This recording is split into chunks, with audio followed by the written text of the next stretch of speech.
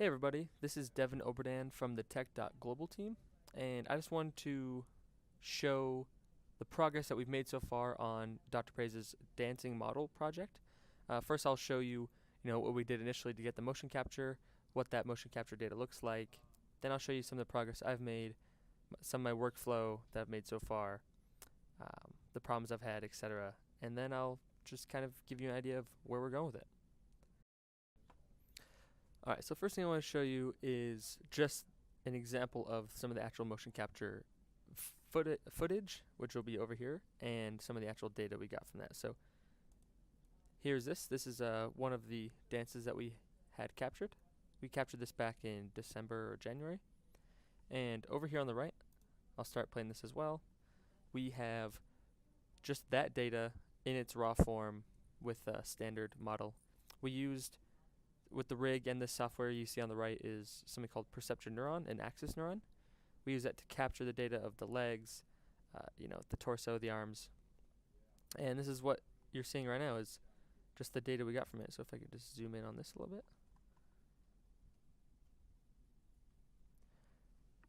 You can see there's definitely some problems with it, but you can see it kind of captures the gist and there's plenty to work with there.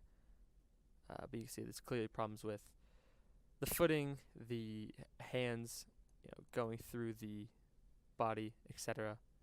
But there's plenty to start with. So we have about, you can see down here, we have about 11 different dances. I'll show you one other one real quick. Alright. So here on the right, here's another example of a dance. I believe this is just make sure this is the right one. This is the scissor dance here that we're doing. Like I said, there's around 10 or 11 other ones. So the workflow I'm about to show you in terms of what I have so far with putting models on it and getting it cleaned up, this process is going to be done with all those. So speaking of which, let me go and show you what I have so far in terms of the models and animation and all that stuff. Over here, we have Motion Builder, which is the software that I've been using in tandem with this axis neuron to get the raw animation files over here into something where we can, characterize the models and eventually get a model on it like you see here. So I'll play that in a second, but this is the model we have right now. This is attached to the butterfly animation file. So I'll actually play them at the same time so we can see them together.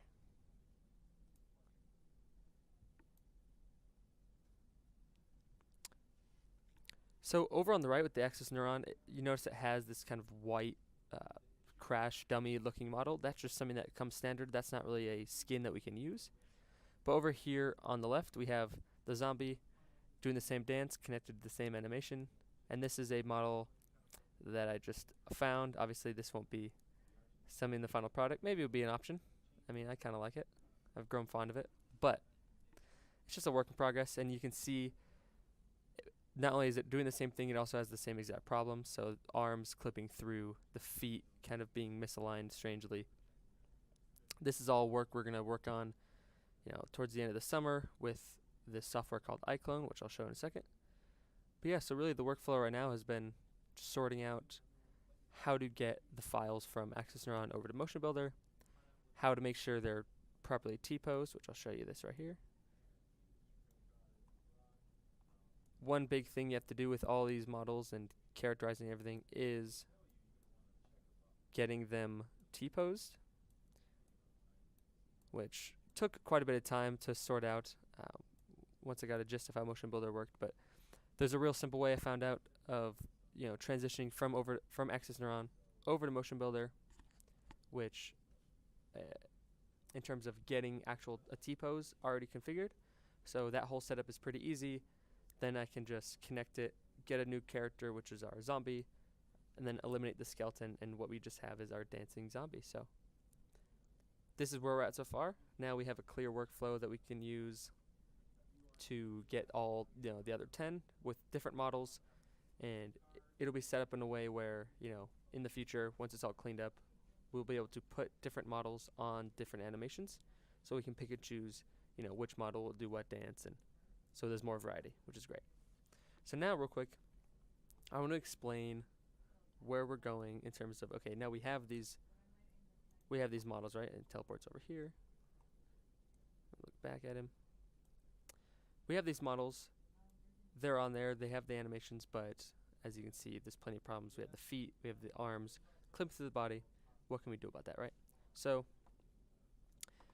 we won't be using Motion Builder or Access Neuron. We'll be moving away from those and working on something called iClone, which is a piece of software that actually has really good connection with Access Neuron, Perception Neuron, which is the hardware and software that we used to record it in the first place. And let me just show you that real quick. So as I said before, our next steps are going to be using this workflow that I've kind of sorted out and ironed out to get models on the rest of these animations, which the time for those should be much quicker than this first one. This first model you see here was really just a test bed for sorting out all this different software and all that. So, but beyond that, what we have is, and I want to show you here real quick, is iClone. I don't have the software here right now to show you, but this is just the site and showing some of the key features of the animation we're going to be using. So iClone again works really well with Access Neuron, which is great because we can use that to really iron out the animations. And what I've found and in my research, I found out that this right here specifically, it's called the Curve Editor tool that we can use in iClone. And let me just play him again over here. Basically all the problems that we can identify right now with this animation, with whatever model it happens to be on, can really be solved, we believe, with this Curve Editor tool. So I'll actually play this at the same time to give you this idea. So now that I showed you where we started in terms of capturing the motion capture and just getting the raw files here and kind of the workflow and the process that's led to our nice dancing zombie here, the next obvious thing we have to do is the cleanup, and that's a big aspect of taking the raw files, which are super important to even getting the dances in the first place, towards getting the dances to look realistic, to look nice and polished, which is really a crucial step to the whole thing. So what we're going to be using here, like I said before, is this thing called iClone. It's another animation software. It's really great. It's really tuned towards adjusting these models, and it works actually really well with this Access Neuron, Perception Neuron data that we have. So it's really a perfect match. So they have a video here showing some of the tools, and this is just a glimpse at what I'm going to be doing in the future. So what we see here is this motion capture of a parkour file animating over this wall here. So you see this is the original file. Let me go back a little bit. And what you see over here is this curve editor, and that's going to be super important because you can use that to adjust the X, Y, and Z positions of the actual physical pieces of the model. So you can adjust where its head is looking, you can adjust where the arm's rotating. So for example, back over here in the zombie, I can force the arms in such a way where it doesn't go through the torso like you see here. We can also do things where we adjust. Let me show this in the video as well. Yeah, it talks about cleaning motion capture data, which is exactly what we want. Yeah, and this part right here, as you can see, shows actually specifically using the Access Neuron data, which we have, with iClone, and adjusting those models. So this is showing how the feet aren't quite planted to the ground, aren't quite aligned. You can adjust their positions. You can tweak, jerky kind of movements. So really, some of the main problems I've identified with our data has been feet placement, the arm just configurations in terms of moving through the body, of course, is a huge one. The arms making unnatural movements. So, just kind of the arm spinning, or it just looks like it's breaking, right? Obviously not going through the body, but just not a natural movement again. And those are all things that we can solve with the iClone Curve Editor. So that'll be something that we'll start working on later in the summer and around August.